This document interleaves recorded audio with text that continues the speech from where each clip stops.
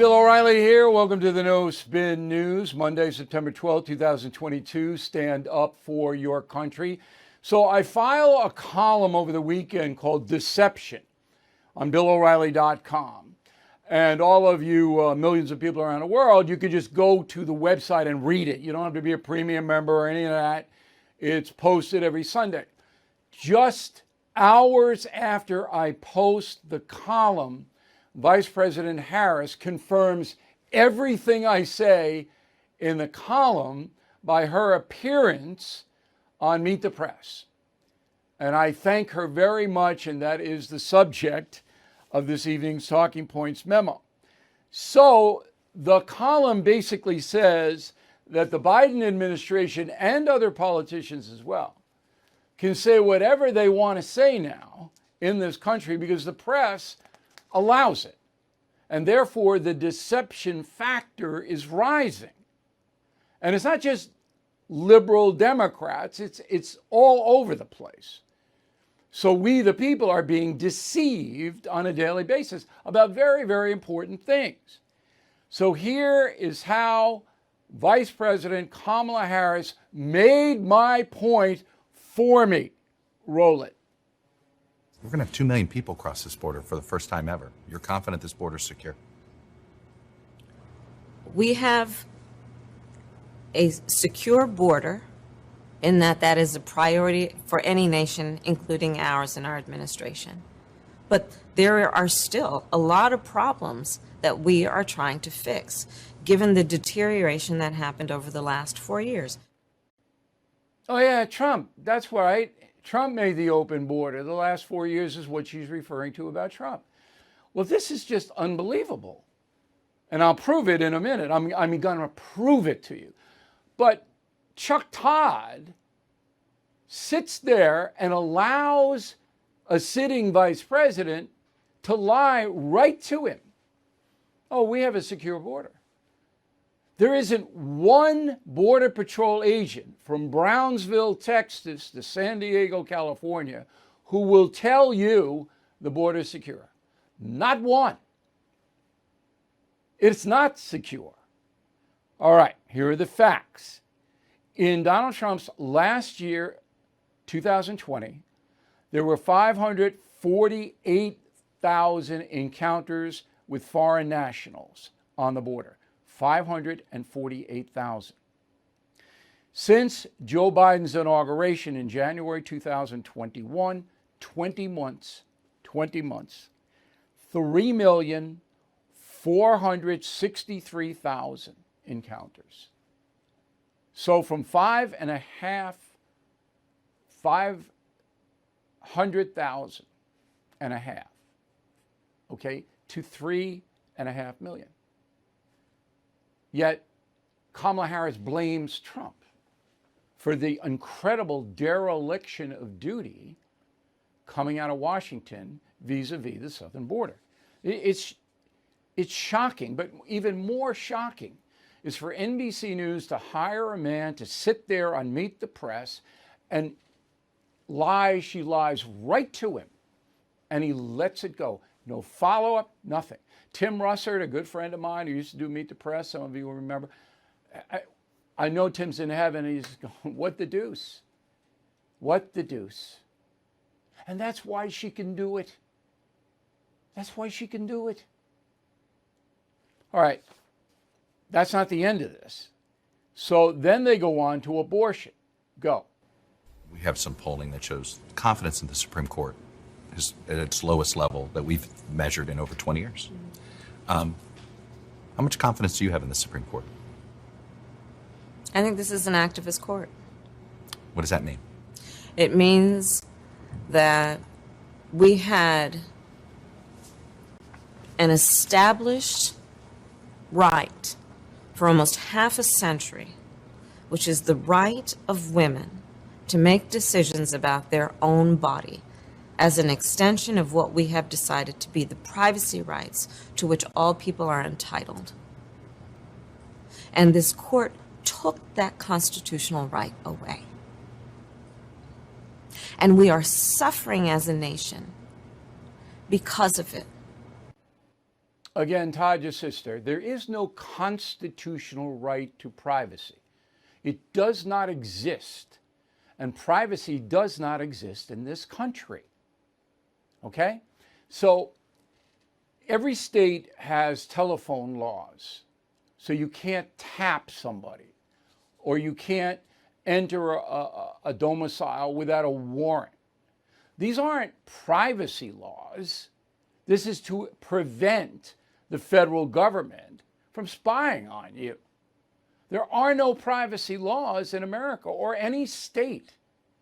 So Mel Gibson is the poster boy for this. In California, you are supposed to get the permission from the person on the other end of the phone if you're taping that person. Well, Gibson was wailing on his ex-girlfriend or something. She taped him and put it out to the press. Totally illegal. Anything happened to her? No. Nothing. I can give you 1,000 examples. You can point a gizmo, an electronic tech-based gizmo, at a person's house from the outside and capture their conversations. Nothing will happen to you. So all of us who understand this know we do not have privacy in this country. And yet this woman, as dense as she is, masquerades that this is a constitutional violation of privacy by an activist court, which is absurd. Put the issue of abortion aside. And Kamala Harris, by the way, would not provide any protections for the unborn. None. You could execute the unborn up till birth according to her. And she's talking about rights? Constitutional rights? But again, Chuck Todd, I mean, I'm telling you. So this whole thing, what I want you to take away from this monologue and from my column is that we are being deceived at the highest levels in this country. You are not being told the truth about things that affect you directly. And the press has totally abdicated its responsibility. And that's the memo. All right, President Biden in Boston today, politicking, doing another Democratic National Committee event. And then he's delivering some bipartisan infrastructure law, something, and then cancer something, I don't know. He's going to Queen Elizabeth's funeral a week from today, September 19th, in Scotland. And that's good. I'm sorry, the funeral is not going to be in Scotland. It's going to be in Westminster Abbey in London. So he's going to London. Everybody's up in Scotland now, but they're coming down to Westminster Abbey. Look, we should show the utmost respect to Great Britain. We, the country of the United States, they are our most important ally. We are going to need them against Russia and China. So I'm glad he's going, and we should give respect to Great Britain at the highest level. Okay, here's a follow-up on a story we did last week that most of you never heard about because of the corrupt mainstream media. There is a lawsuit in place filed by Missouri Attorney General Eric Schmidt and Louisiana Attorney Jeff Landry. The lawsuit says that the Biden administration, Dr. Anthony Fauci, Karine Jean-Pierre, all have colluded with or coerced social media companies to suppress disfavored speakers, viewpoints, and content on social media platforms by labeling the content disinformation or misinformation. Okay, so we reported this whole thing, and I'm going to put the crux of the allegation up on the screen now. Those of you listening on a radio, I will read slowly. Quote, having threatened and cajoled social media platforms for years to censor viewpoints and speakers disfavored by the left, senior government officials in the executive branch have moved into a phase of open collusion with social media companies to suppress disfavored speakers, viewpoints, and content on social media platforms under the Orwellian guise of halting so-called disinformation, misinformation, and malinformation. Okay? So we're talking about Facebook, Twitter, YouTube, all of that. This lawsuit says there is collusion. Now, Louisiana Judge Terry Daughtry has ruled that Jean-Pierre, and Fauci have to hand over all emails written to the social media companies within 21 days. So it will be September 27th that they have to hand over those emails. AMAC, the Association of Mature American Citizens, is the leading conservative advocacy and benefits organization in America. I am an AMAC member, and you should be too. AMAC gives you access to exclusive benefits, insightful takes on today's news, and a magazine full of uncensored content that you will not find anywhere else. Most importantly, AMAC is working tirelessly to preserve the freedoms enshrined and secured by our Constitution.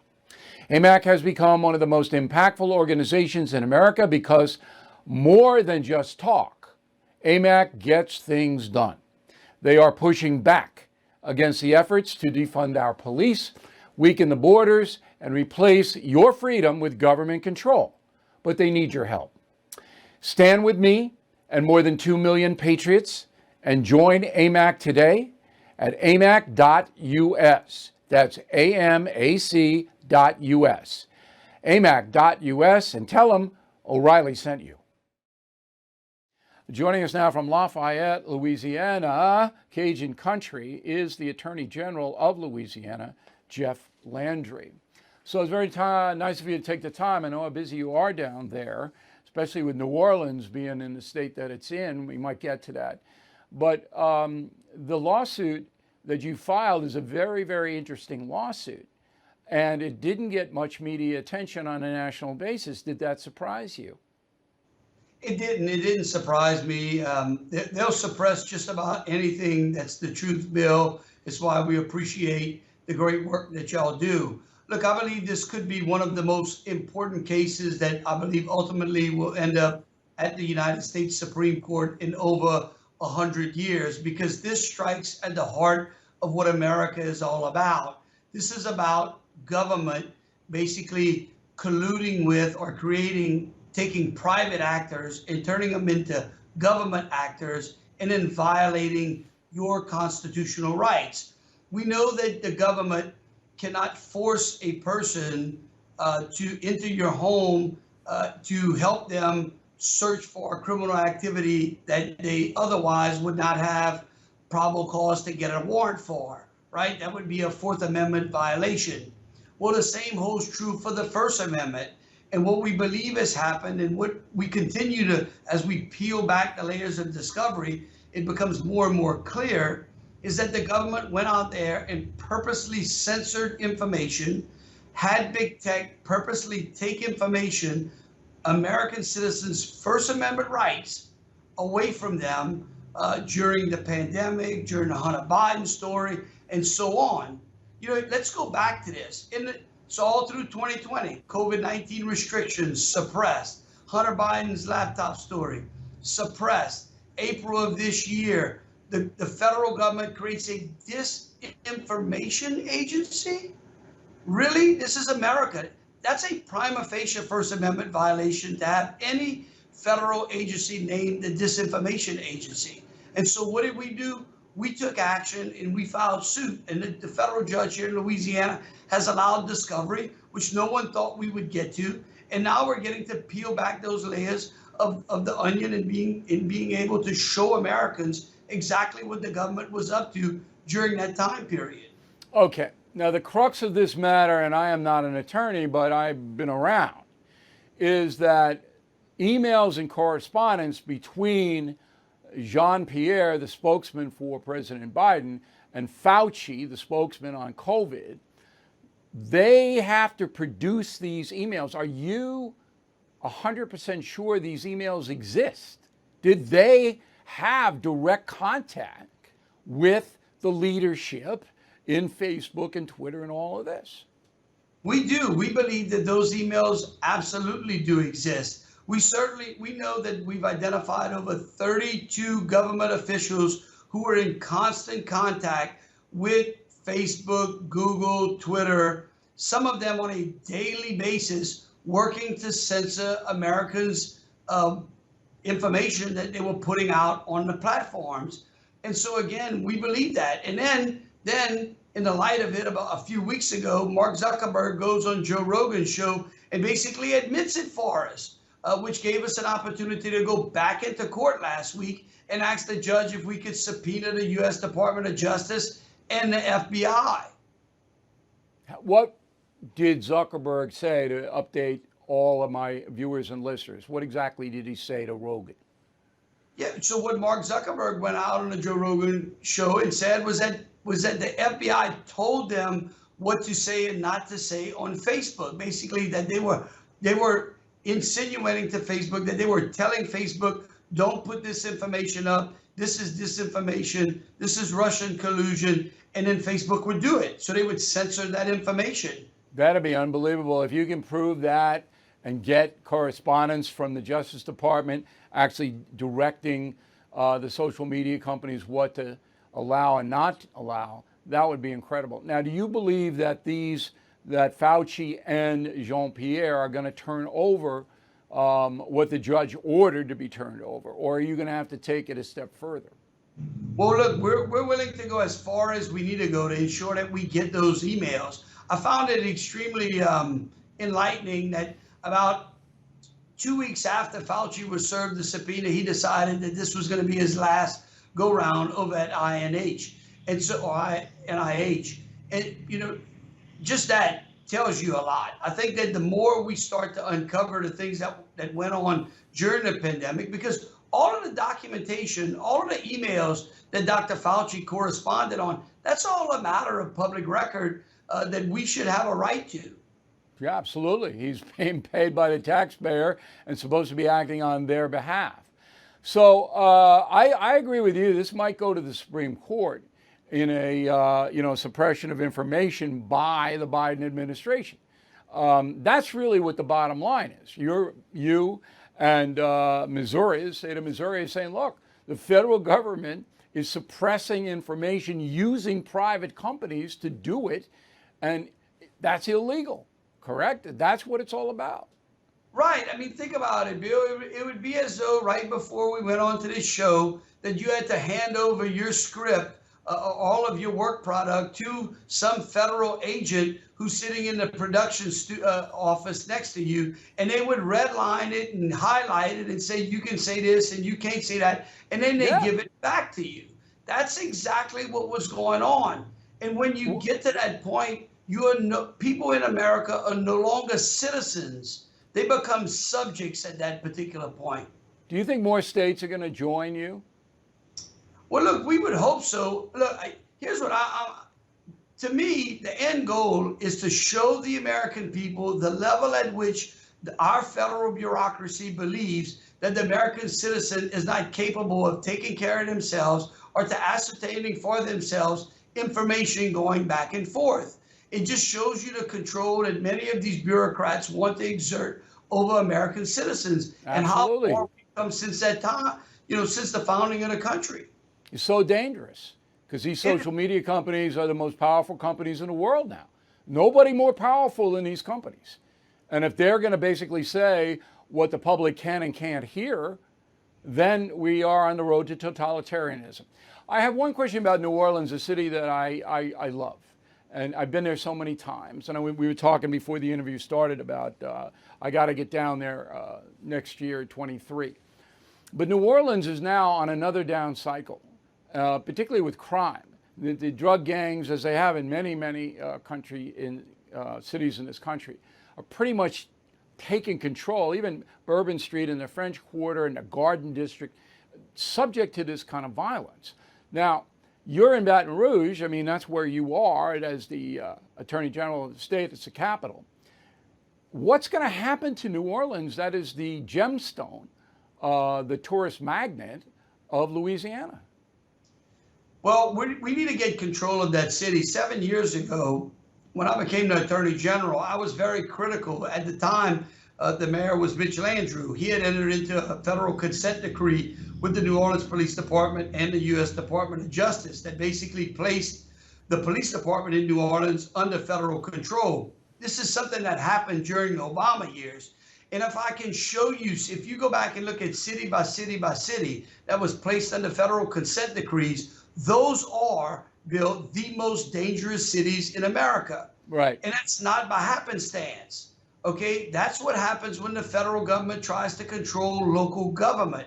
And so what's going on in New Orleans is exactly that. If we can wrestle the police department away from this federal judge that has basically put in place what I call hug a thug policies that basically grant more rights to criminals than victims, then maybe we can get control of the city. But if not, it's going to be a sad state of affairs. Yeah, most people don't know it's the feds that are running the criminal justice system in New Orleans, not the state of Louisiana, and it's just deteriorated. You know, when I was down there last, about maybe 18 months ago, I wanted to go to the 9th just to see, how things were there. I couldn't get anybody to take me. No, I couldn't get anybody to take me to the 9th Ward. They did not want. It wasn't that it was me, O'Reilly, a journalist. It was like, if you go down there, somebody might shoot you.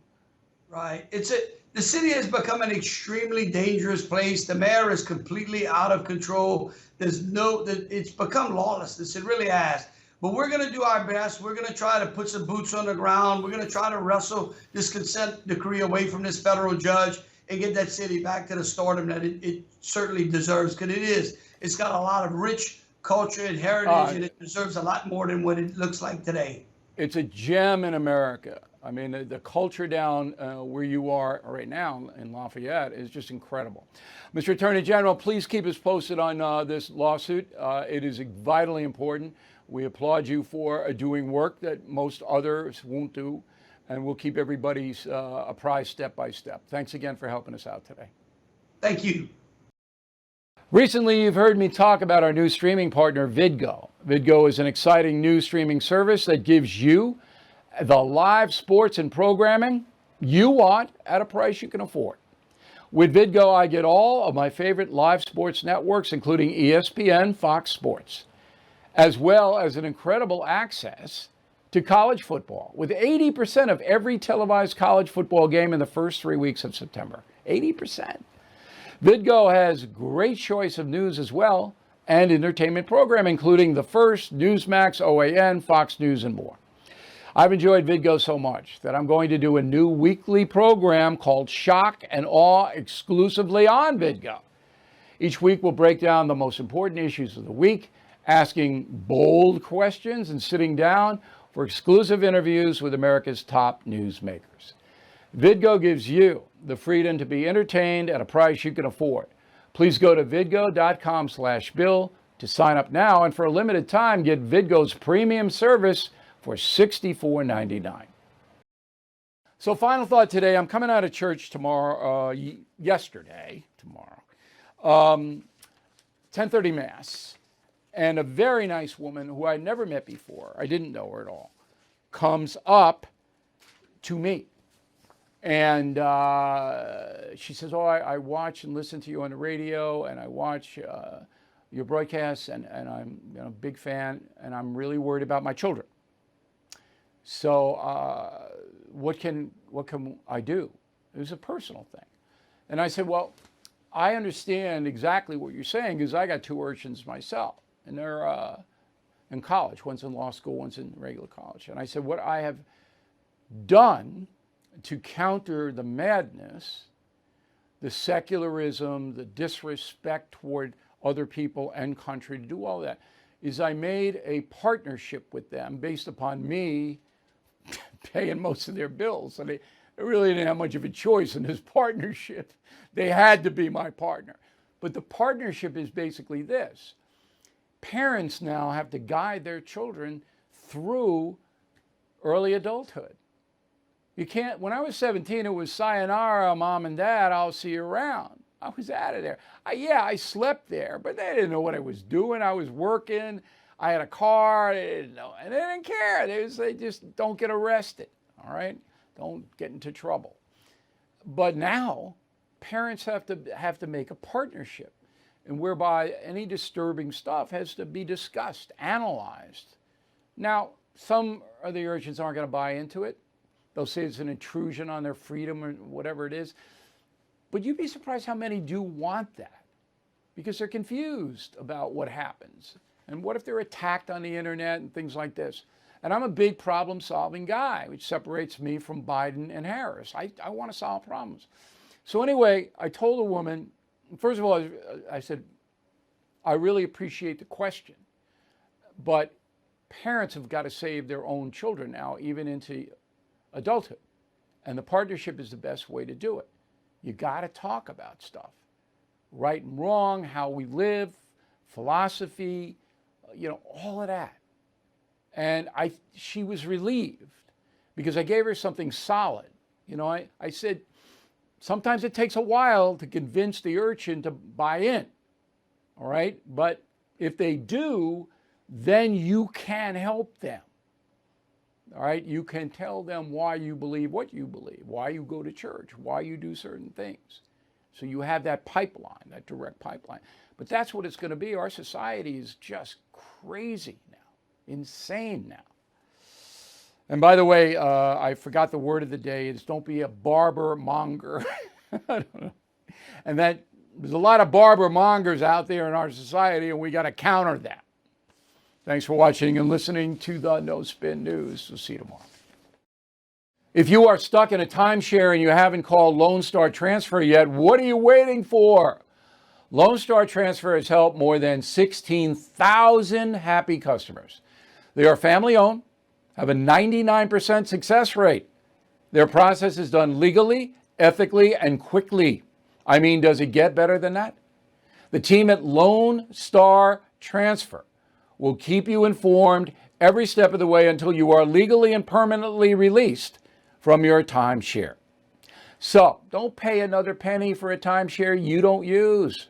Get peace of mind today with Lone Star Transfer.